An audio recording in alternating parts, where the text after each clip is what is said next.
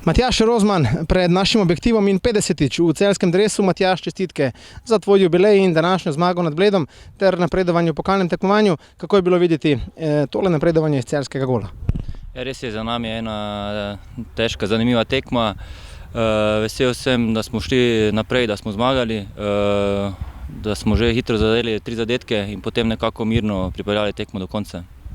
V prvem polčasu nisi imel praktično nič dela, v drugem nekaj več, z najstrožje kazni si tudi prejel zadetek. Kaj je bilo drugače, da v prvem nisi imel dela in da si ga imel toliko, kot si ga imel v drugem polčasu?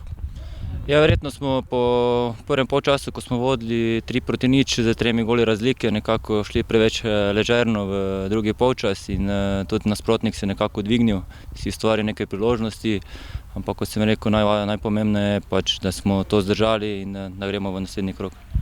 Matjaž, 50-tič si oblekel celjski dres, še besedica ali dve o tvojem jubileju? Ja, tega podatka res nisem vedel, ampak seveda sem vesel ob tem jubileju. In upam, da jih bo še kar nekaj. Po tvojem jubileju prihaja češnjica na vrhu torte, štajerski derbi z Mariborom. Ja, sedaj že ni časa za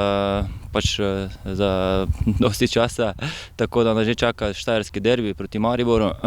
Te tekme so vedno zanimive, tako da igramo tudi doma in ob tej priložnosti bi že povabil čim več gledalcev, da nas pridejo spodbujati in zagotovo bodo videli eno zanimivo tekmo.